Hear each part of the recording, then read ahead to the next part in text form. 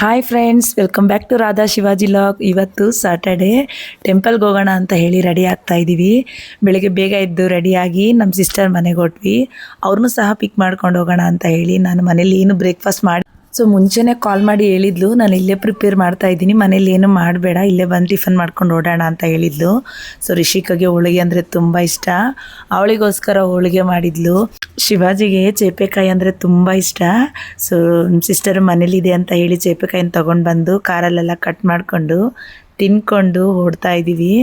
ಇವರಿಬ್ಬರನ್ನ ನೋಡಿ ಎಷ್ಟು ಆ್ಯಕ್ಟಿವ್ ಆಗಿರ್ತಾರೆ ಅಂತ ಅಂದರೆ, ಎಲ್ಲಾದರೂ ಹೊರಗಡೆ ಹೋಗುವಾಗ ಇವ್ರಿಗೆ ಟಯರ್ಡ್ ಅಂತಲೇ ಗೊತ್ತಾಗಲ್ಲ. ಇವಾಗ ಹೇಗೆ ಆ್ಯಕ್ಟಿವ್ ಆಗಿರ್ತಾರೋ ಈವ್ನಿಂಗ್ ಬರೋವಾಗ ಅದೇ ಥರ ಇರ್ತಾರೆ. ಇವ್ರಿಗೆ ತುಂಬ ಖುಷಿ. ಇವ್ರಿಗೆ ಎಲ್ಲಾದರೂ ಹೊರಗಡೆ ಹೋಗ್ತೀವಿ ಅಂದರೆ, ಇವಳಿದ್ದಾಳಲ್ಲ ಎಷ್ಟು ಚೆನ್ನಾಗಿ ಡ್ಯಾನ್ಸ್ ಆಡ್ತಾಳೆ, ಎಷ್ಟು ಆ್ಯಕ್ಟಿವ್ ಆಗಿರ್ತಾಳೆ ಅಂದರೆ, ನೋಡೋಕ್ಕೆ ಮಾತ್ರ ತುಂಬ ಸಣ್ಣ, ಆದರೆ ಅವಳ ಆ್ಯಕ್ಟಿವಿಟೀಸ್ ಮಾತ್ರ ತುಂಬ ಅಂದರೆ ತುಂಬ ಚೆನ್ನಾಗಿರುತ್ತೆ. ಹಾಗೇ ಹೋಗ್ತಾ ಇದ್ದೀವಿ. ನಾವಿವತ್ತು ಹೊಡ್ತಾ ಇರೋದು ಮಧುರೆ ದೇವಸ್ಥಾನಕ್ಕೆ. ಯಾಕಂದರೆ ಚಿಟ್ಟಿಗೆ ಕೂದಲು ಕೊಡೋಕ್ಕಂತ ಹೋಗ್ತಾ ಇದ್ದೀವಿ. ಇದು 3ನೇ ಸಲ ಚಿಟ್ಟಿಗೆ ಕೂದಲು ಕೊಡ್ತಾ ಇರೋದು. ಅದಕ್ಕೋಸ್ಕರ ನಮ್ಮದು ಇಲ್ಲೇ ಹರಕೆ ಇದ್ದಿದ್ದು ಮಧುರೆ ದೇವಸ್ಥಾನದಲ್ಲಿ, ಅದಕ್ಕೋಸ್ಕರ ಹೊಡ್ತಾ ಇದ್ದೀವಿ. ಹಾಗೆ ಸ್ವಲ್ಪ ವೆದರ್ ತುಂಬ ಚೆನ್ನಾಗಿತ್ತು. ಸ್ವಲ್ಪ ಟೀ ಕುಡ್ಕೊಂಡು ಹೋಗೋಣ ಅಂತ ಹೇಳಿ ಟೀಗೆ ಬ್ರೇಕ್ ಅಂತ ಹಾಕಿದ್ರು. ಟೀ ಕುಡ್ಕೊಂಡು ಮಕ್ಕಳಿಗೆ ಏನು ಬೇಕೋ ಸ್ವಲ್ಪ ಸ್ನ್ಯಾಕ್ಸ್ ಎಲ್ಲ ತಗೊಂಡು ಮಕ್ಕಳಿಗೆಲ್ಲ ತಿನ್ನಿಸ್ಕೊಂಡು ನಾವು ಸಹ ಸ್ವಲ್ಪ ತಿನ್ಕೊಂಡು ಹೋಗ್ತಾ ಇದ್ದೀವಿ. ನಾವೀಗ ಹತ್ರ ದೇವಸ್ಥಾನ ಹತ್ರ ರೀಚ್ ಆದ್ವಿ. ಮೊದಲು ಗುಂಡೋಡ್ಸೋ ಹತ್ರ ಹೋಗಿ ಚಿಟ್ಟಿಗೆ ಕೂದಲು ಕೊಟ್ಟು ಅವಳು ಸ್ನಾನ ಎಲ್ಲ ಮುಗಿಸಿ ರೆಡಿ ಮಾಡಿಕೊಂಡು ಆಮೇಲೆ ದೇವಸ್ಥಾನ ಹತ್ರ ಹೋಗೋಣ ಅಂತ ಹೇಳಿ ಹೋಗಿದ್ದು. ಅವಳಿಗೆ ಇವಾಗ ಕೂದಲು ಕೊಡೋಕ್ಕೆ ಅಂತ ಹೇಳಿ ಕರ್ಕೊಂಡು ಹೋಗ್ತಾ ಇದ್ದಾರೆ ಶಿವಾಜಿ. ಸ್ವಲ್ಪನೂ ಹತ್ತಿಲ್ಲ. ಮೊದಲು ಸೈಲೆಂಟಾಗಿ ಕೂತ್ಕೊಂಡಿದ್ಲು ಕೂದಲು ತೆಗಿಯೋವರೆಗೂ. ಲಾಸ್ಟಲ್ಲಿ ತುಂಬ ಹತ್ಬಿಟ್ಲು. ಯಾಕಂತ ಗೊತ್ತಿಲ್ಲ, ಏನೋ ಅವಳಿಗೆ ಭಯ ಆಗಿಬಿಟ್ಟಿದೆ. ನೋಡಿ ಎಷ್ಟು ಚೆನ್ನಾಗಿ ಕಾಣ್ತಾ ಇದ್ದಾಳೆ, ಕ್ಯೂಟಾಗಿ ಕಾಣ್ತಾ ಇದ್ದಾಳೆ. ಶಿವಾಜಿ ನೋಡಿ ತಲೆ ಫುಲ್ಲು ಗಂಧ ಹಚ್ತಾ ಇದ್ದಾರೆ. ತಣ್ಣಗಿರುತ್ತೆ ಗಂಧ ಹಚ್ಚಿದ್ರೆ, ಅದಕ್ಕೋಸ್ಕರ ಹಚ್ತಾ ಇದ್ದೀನಿ ಅಂತ ಹೇಳಿ ತಲೆ ತುಂಬ ಗಂಧ ಹಚ್ತಾ ಇದ್ದಾರೆ. ಅವಳಂತೂ ಸೈಲೆಂಟಾಗಿ ಹಚ್ಚಿಸ್ಕೊತಾ ಇದ್ದಾಳೆ. ಅವಳು ಯಾವುದೇ ರಿಯಾಕ್ಟ್ ಮಾಡಲ್ಲ. ಈಗ ಪೂಜೆ ಸಾಮಾನೆಲ್ಲ ತಗೊಂಡು ದೇವ್ರ ದರ್ಶನಕ್ಕೆ ಅಂತ ಹೇಳಿ ಹೊರಟ್ವಿ ಒಳಗಡೆ. ಈಗ ಆಷಾಢ ಇರೋದ್ರಿಂದ ತುಂಬ ರಶ್ ಏನಿರಲಿಲ್ಲ, ಆದರೂ ಜನ ಇದ್ದರು. ಆದರೆ ನಾವು ಯಾವಾಗಲೂ ಬರೋ ಥರ ಏನು ಅಷ್ಟೊಂದು ರಶ್ ಇರಲಿಲ್ಲ. ಶ್ರಾವಣದಲ್ಲಂತೂ ಇಲ್ಲಿ ಅಜ್ಜೆನೇ ಇಡೋಕ್ಕಾಗಲ್ಲ, ಅಷ್ಟು ರಶ್ ಇರುತ್ತೆ. ತುಂಬ ಚೆನ್ನಾಗಿದೆ ದೇವಸ್ಥಾನ ಅಂತೂ. ಇಲ್ಲಿ ನಾವು ಅಟ್ಲೀಸ್ಟ್ 1 ತಿಂಗ್ಳಿಗೆ 1 ಸಲ 2 ಸಲ ಆದರೂ ಬರ್ತೀವಿ. ಇವ್ರನ್ನ ನೋಡಿ ಎಷ್ಟು ಚೆನ್ನಾಗಿ ಬರ್ತಾ ಇದ್ದಾರೆ ಅಂತೇಳಿ. ಇವ್ರು ಎಲ್ಲಿ ಹೋದ್ರೂ, ಯಾವುದೇ ಫಂಕ್ಷನ್ ಆಗಲಿ ಎಲ್ಲೇ ಹೋಗಲಿ, ಇವ್ರು ಈ ಥರ ಕೈ ಹಿಡ್ಕೊಂಡೇ ಬರೋದು. ಅದಕ್ಕೆ ಶಿವಾಜಿ ಇವ್ರನ್ನಿಬ್ಬರನ್ನೂ ರೇಗಿಸ್ತಾ ಇದ್ರು. ಎಲ್ಲೋದ್ರೂ ಕೈ ಬಿಡಬೇಡಿ ಅಂತ ಹೇಳಿ ರೇಗಿಸ್ತಾ ಇದ್ರು. ನಿಜ ಹೇಳ್ಬೇಕಂದ್ರೆ ಇವರಿಬ್ಬರ ಮಧ್ಯೆ ತುಂಬ ಒಳ್ಳೆ ಬಾಂಡಿಂಗ್ ಇದೆ. ತುಂಬ ಇಷ್ಟ ಆಗುತ್ತೆ ಇವ್ರ ಬಾಂಡಿಂಗ್ ನೋಡಿದ್ರೆ. ಅಂತೂ ತುಂಬ ಚೆನ್ನಾಗಿದ್ದಾರೆ. ನಮಗಂತೂ ತುಂಬ ಖುಷಿ ಇವರಿಬ್ಬರು ಈ ಥರ ನೋಡೋಕ್ಕೆ. ಈಗ ದೇವಸ್ಥಾನ ಒಳಗಡೆ ಹೋಗ್ತಾ ಇದ್ದೀವಿ. ಅದಕ್ಕಿಂತ ಮುಂಚೆ ನಾವು ತೊಗೊಂಡಿರುವಂಥ ಎಳ್ಳುಬತ್ತಿನ ಬೆಂಕಿಯಲ್ಲಿ ಹಾಕಿ ದೇವಸ್ಥಾನ ಒಳಗಡೆ ಹೋಗಬೇಕು. ಪ್ರತಿಯೊಂದು ಶನಿ ಮಹಾತ್ಮ ದೇವಸ್ಥಾನದಲ್ಲೂ ಈ ಥರ ಎಳ್ಳುಬತ್ತಿನ ಈ ಥರ ದೇವಸ್ಥಾನ ಮುಂದೆನೇ ಈ ಥರ ಎಳ್ಳುಬತ್ತಿ ಹಾಕಿನೇ ಹೋಗ್ತಾರೆ. ತುಂಬ ಪ್ರತಿಯೊಂದು ದೇವಸ್ಥಾನದಲ್ಲೂ ಸಹ ಈ ಥರ ಇದ್ದೇ ಇರುತ್ತೆ. ಈಗ ನಾವು ಒಳಗಡೆ ಹೋಗೋದಕ್ಕೆ ಮುಂಚೆನೇ ಕಾಯಿ ಹೊಡೆಸ್ಕೊಳ್ತಾ ಇದ್ದೀವಿ. ತೆಂಗಿನಕಾಯಿ ಹೊಡೆಸ್ಕೊಂಡು ಪೂಜೆ ಸಾಮಾನೆಲ್ಲ ಕೊಟ್ಟು ದೇವಸ್ಥಾನ ಒಳಗಡೆ ಹೋಗ್ತಾ ಇದ್ದೀವಿ. ಅಂದರೆ ಕ್ಯೂವಲ್ಲಿ ನಿಂತ್ಕೊಳ್ತಾ ಇದ್ದೀವಿ. ಅಂದರೆ ತುಂಬ ಏನು ಕ್ಯೂ ಇಲ್ಲ, ಅಂದರೆ ಮೂವ್ ಆಗ್ತಾ ಇದ್ದಾರೆ. ಬೇಗ ಬೇಗ ದರ್ಶನ ಮಾಡಿಕೊಂಡು ಹೋಗ್ತಾ ಇದ್ದಾರೆ. ಅಷ್ಟೊಂದೇನು ಬೆಳಗ್ಗೆನೇ ಬಂದಿದ್ರೆ, ಅಭಿಷೇಕ ಟೈಮಿಗೆ ಬಂದಿದ್ರೆ ಆಗ ಕ್ಯೂವಲ್ಲಿ ನಿಂತ್ಕೊಳ್ಬೇಕಾಗುತ್ತೆ. ಈಗಂತೂ ಅಭಿಷೇಕ ಎಲ್ಲ ಮುಗ್ದೋಗಿರುತ್ತೆ ಬೆಳಗ್ಗೆನೇ. ಈಗ 8 ಗಂಟೆ ಮೇಲೆ ಬರೀ ದರ್ಶನ ಮಾತ್ರ, ದೇವ್ರ ದರ್ಶನ ಮಾತ್ರ ಕೊಡೋದು. ನೋಡಿ ದೇವ್ರ ದರ್ಶನ ಎಲ್ಲ ಮಾಡಿಕೊಂಡು ಹೊರಗಡೆ ಕೂತ್ಕೊಂಡು ಪ್ರಸಾದ ತಗೊಂಡ್ವಿ. ಪ್ರಸಾದ ತಿನ್ಕೊಂಡು, ಇಲ್ಲಿನ ಲಾಡು ಅಂತೂ ತುಂಬ ಫೇಮಸ್ಸು. ಯಾರೆಲ್ಲ ಮಧುರೆ ದೇವಸ್ಥಾನದಲ್ಲಿ ಹೋಗ್ತೀರಾ ಅವರು ಕಮೆಂಟ್ ಮಾಡಿ. ಇಲ್ಲಿನ ಲಾಡು ಅಂತೂ ತುಂಬ ಚೆನ್ನಾಗಿರುತ್ತೆ. ಅಲ್ಲೇ ಸಹ ಎಲ್ಲರೂ ಲಾಡು ಸ್ವಲ್ಪ ಸ್ವಲ್ಪ ತಿಂದ್ವಿ. ಈಗ ದೇವ್ರ ಪ್ರಸಾದ ತಿನ್ನೋಣ ಅಂತ ಹೇಳಿ ಹೋಗ್ತಾ ಇದ್ವಿ.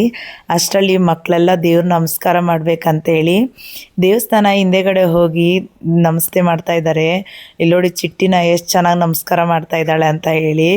ಅವಳಿಗೆ ಈ ಥರ ದೇವ್ರ ನಮಸ್ಕಾರ ಮಾಡೋದ್ರೆಲ್ಲ ಹೇಳ್ಕೊಡೋದೇ ಬೇಡ. ನಾವು ಮನೆಯಲ್ಲೂ ಇದೇ ಥರ ಅಭ್ಯಾಸ ಅವಳಿಗೆ. ದೇವಸ್ಥಾನದ್ರಲ್ಲಿ ಬಂದ್ರೂ ಸಹ ಇದೇ ಥರ ಅಭ್ಯಾಸನೇ ಅವಳಿಗೆ.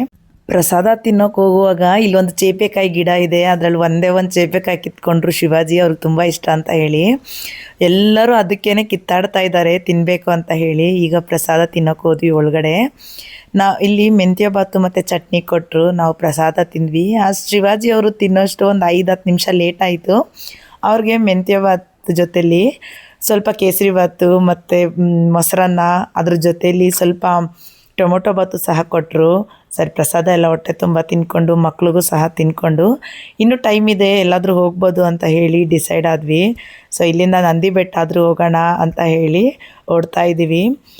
ನಂದಿ ಏನೋ ಬೆಳೀತಾ ಇದೆ ಅಂತ ಹೇಳಿ ಈಗ ವೈರಲ್ ಆಗಿದೆ ಅಲ್ವಾ, ಸೊ ಅದನ್ನು ನೋಡ್ದಂಗೂ ಆಗುತ್ತೆ, ಹೋಗೋಣ ಅಂತ ಹೇಳಿ ನಮ್ಮ ಬ್ರದರ್ ಇನ್ ಲಾ ಡಿಸೈಡ್ ಮಾಡಿದ್ರು. ಸರಿ ಆಯಿತು ಅಂತ ಹೇಳಿ ಹೊರಟ್ವಿ. ಹೋಗೋದ್ರಲ್ಲಿ ಈ ಥರ ಅವರೆಕಾಯಿ ನೋಡಿದ್ರೆ ಶಿವಾಜಿ ಎಲ್ಲೂ ಬಿಡಲ್ಲ, ತಗೊತಾರೆ. ಫ್ರೆಶ್ ಆಗಿದ್ರೆ ಅಂತೂ ತಗೊತಾರೆ. ಅಲ್ಲಿಂದ ಅವರೆಕಾಯಿ ತಗೊಂಡು ಎಲ್ಲರೂ ಸಹ ಐಸ್ ಕ್ರೀಮ್ ತಿನ್ಕೊಂಡು ಹೊರಟ್ವಿ. ಇವತ್ತಿನ ವೆದರ್ ಮಾತ್ರ ತುಂಬ ಅಂದರೆ ತುಂಬ ಚೆನ್ನಾಗಿದೆ. ತುಂಬ ಬಿಸಿಲಿದ್ರೆ ಮಕ್ಳಿಗೂ ಅಷ್ಟೇ ನಮಗೂ ಅಷ್ಟೇ ತುಂಬ ಟಯರ್ಡ್ ಅನಿಸುತ್ತೆ.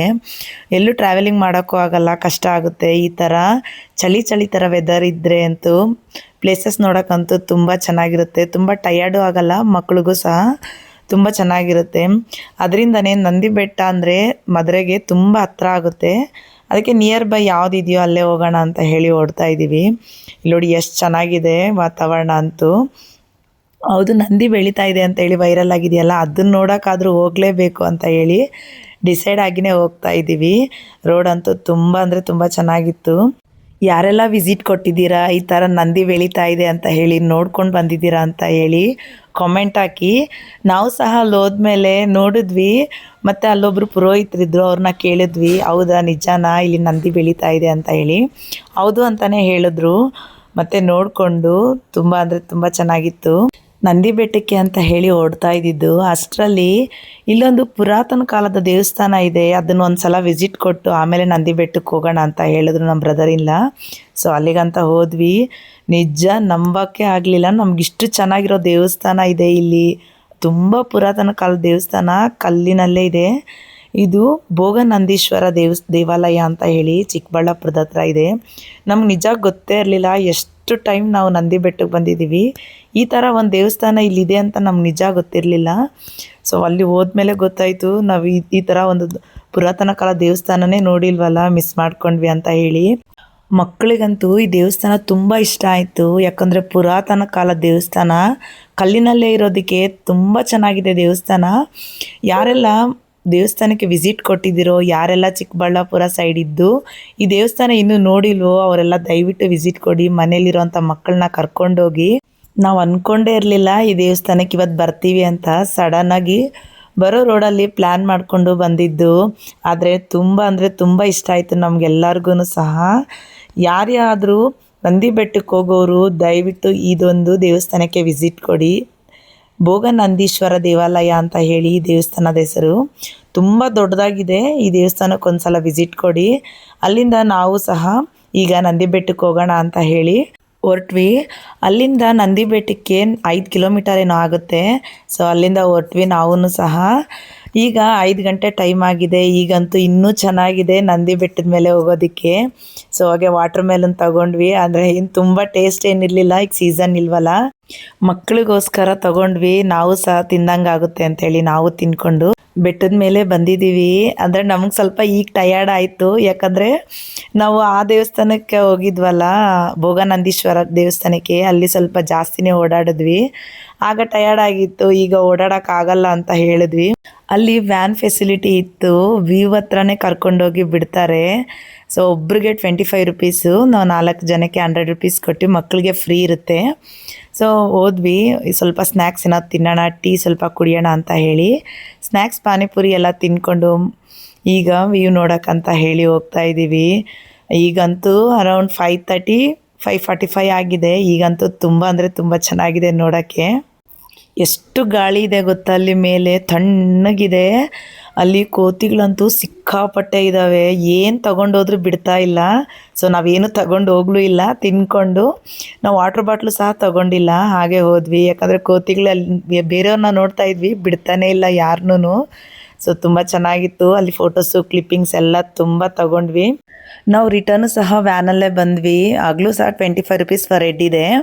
ಬಟ್ ಬೆಸ್ಟ್ ಅನ್ನಿಸ್ತು, ಯಾಕಂದರೆ ನಡೆಯೋಕ್ಕಾಗಲ್ಲ ಅನ್ನೋರಿಗೆ, ಮಕ್ಕಳಿರೋರಿಗೆ, ವಯಸ್ಸಾಗಿರೋರಿಗೆ ಇದೊಂದು ಬೆಸ್ಟ್ ಆಪ್ಷನ್ನು. ಯಾಕಂದರೆ ಎಲ್ಲರಿಗೂ ಸಹ ಅಷ್ಟು ದೂರ ಹೋಗಿ ಮೇಲೆಲ್ಲ ಓಡಾಡಿಲ್ಲ, ವ್ಯೂ ನೋಡಿಲ್ಲ ಅಂದರೆ ಸಮಾಧಾನ ಆಗಲ್ಲ. ಸೊ ಈ ಥರ ಹೆಲ್ಪ್ ಆಗೋರಿಗೆ ವ್ಯಾನ್ ಫೆಸಿಲಿಟಿ ಕೊಟ್ಟಿರೋದು ತುಂಬ ಒಳ್ಳೆ ಬೆಸ್ಟ್ ಅಂತಲೇ ಹೇಳ್ಬೋದು. ನಮಗೂ ಸಹ ಕಷ್ಟ ಆಗ್ತಾಯಿತ್ತು, ಯಾಕಂದರೆ 4 ಜನ ಮಕ್ಕಳಿರೋದು. ಇವರಿಬ್ಬರು ನಡೀತಾರೆ, ರಿಷಿಕಾ ಮತ್ತು ಹನಿ, ಮತ್ತು ಚಿಟ್ಟಿಗೂ ಧೃತಿಗೆ ನಾವು ಎತ್ಕೊಂಡ್ಲೇಬೇಕಾಗುತ್ತೆ, ಅದರಿಂದ ಕಷ್ಟ ಆಗುತ್ತೆ. ಅದರಿಂದ ಬೆಸ್ಟು. ಮತ್ತು ನಾವು ರಿಟರ್ನ್ ಆದ್ವಿ. ವಾಪಸ್ಸು ಮನೆಗೆ ರಿಟರ್ನ್ ಆಗೋಷ್ಟರಲ್ಲಿ ನಾವು 6 o'clock ಅಲ್ಲಿಂದ ರಿಟರ್ನ್ ಆದ್ವಿ. ಬಟ್ ನಮಗೆ ಹೊರಗಡೆ ಸ್ವಲ್ಪ ಕೆಲಸ ಇತ್ತು. ಆ ವರ್ಕ್ ಮುಗಿಸ್ಕೊಂಡು ನಾವು ಮನೆಗೆ ಬರೋಷ್ಟರಲ್ಲಿ ತುಂಬ ಅಂದರೆ ತುಂಬ ಲೇಟ್ ಆಗೋಯಿತು. ಬಂದು ಅಷ್ಟೊತ್ತಿನಲ್ಲಿ ನಮ್ಮ ಸಿಸ್ಟರ್ ಟೀ ಮಾಡಿಕೊಟ್ಲು. ಅವ್ರ ಮನೆಗೆ ಹೋದ್ವಿ, ಯಾಕಂದರೆ ಅವ್ರನ್ನ ಪಿಕ್ ಮಾಡ್ಕೊಂಡು ನಾವು ಬಂದಿದ್ದು. ಅದರಿಂದ ಅಲ್ಲೇ ಹೋದ್ವಿ. ಇವತ್ತು ನೈಟ್ ಇಲ್ಲೇ ಸ್ಟೇ ಆಗಬೇಕು ಅಂತ ಹೇಳಿ ಫೋರ್ಸ್ ಮಾಡಿದ್ರು. ಸೊ ಅಲ್ಲೇ ಸಾಂಬಾರು ಮುದ್ದೆ ಎಲ್ಲ ಮಾಡಿದ್ಲು, ತಿಂದ್ಕೊಂಡು. ಮತ್ತು ನೈಟು ವಾಪಸ್ ಬರೋಕ್ಕಾಗಲಿಲ್ಲ, ಅಲ್ಲೇ ಮಲಗೋಣ ಅಂತ ಹೇಳಿ ಇದ್ವಿ. ಬಟ್ ಮಲ್ಗೋಕ್ಕೆ ಬಿಡಲೇ ಇಲ್ಲ ಮಕ್ಕಳು, ಯಾಕಂದರೆ ತುಂಬ ದಿನ ಆದಮೇಲೆ ನಾವು ಅವ್ರ ಮನೇಲಿ ಸ್ಟೇ ಆಗಿದ್ದೀವಿ ಅಂತ ಹೇಳಿ ಯಾರೂ ಮಲಗಲೇ ಇಲ್ಲ. ಸೊ 12 o'clockವರೆಗೂ ವೆಯ್ಟ್ ಮಾಡಿ ಹೋಗಿ KFC ತೊಗೊಂಡು ಬಂದಿದ್ದಾರೆ ನಮ್ಮ ಬ್ರದರ್ ಇಲ್ಲ. ಯಾವುದೇ 4 ಜನ ಮಕ್ಕಳು ಸಹ ಮಲ್ಕೊಂಡಿಲ್ಲ, ಎಲ್ಲರೂ ಸಹ ಎಷ್ಟು ತೊಗೊಂಡು ಬಂದಿದ್ದಾರೆ. ಇನ್ನೂ ಅಷ್ಟು ತಿನ್ನೋಕ್ಕಾಗಲಿಲ್ಲ ಯಾರ ಕೈಲೂ. ಅಂದರೆ ತುಂಬ ಟೇಸ್ಟಿಯಾಗಿತ್ತು KFC ಮಾತ್ರ. ತಿನ್ಕೊಂಡು ನಾವು ಮಲಗಿದ್ದು ಅರೌಂಡ್ 3 o'clock ಆಗೋಯಿತು. ತುಂಬ ಅಂದರೆ ತುಂಬ ಲೇಟೇ ಆಗೋಯಿತು, ಯಾಕಂದರೆ ತುಂಬ ಲಾಂಗ್ ಗ್ಯಾಪಲ್ಲಿ ಅವ್ರ ಮನೇಲಿ ಸ್ಟೇ ಆಗಿದ್ದೀವಿ ಅಂತ ಹೇಳಿ ಎಲ್ಲ ಮಾತಾಡ್ಕೊಂಡೇ ಇದ್ಬಿಟ್ವಿ. ಬೆಳಗ್ಗೆ ಎದ್ದು ಕಾಫಿ ಕುಡ್ಕೊಂಡು. ಸೊ ಮನೇಲೇ ನಾನ್ ವೆಜ್ ಮಾಡ್ತೀನಿ ಅಂತ ಹೇಳಿದ್ರು, ಬೇಡ ಅಂತ ಹೇಳಿ ಎಲ್ಲರೂ ಸೇರಿ ಮತ್ತೆ ನಾವು ಹೊರ್ತೂರಿಗೆ ಬಂದ್ವಿ, ಹೊಸಕೋಟೆ ದಮ್ ಬಿರಿಯಾನಿ ತಿನ್ನೋಣ ಅಂತ ಹೇಳಿ.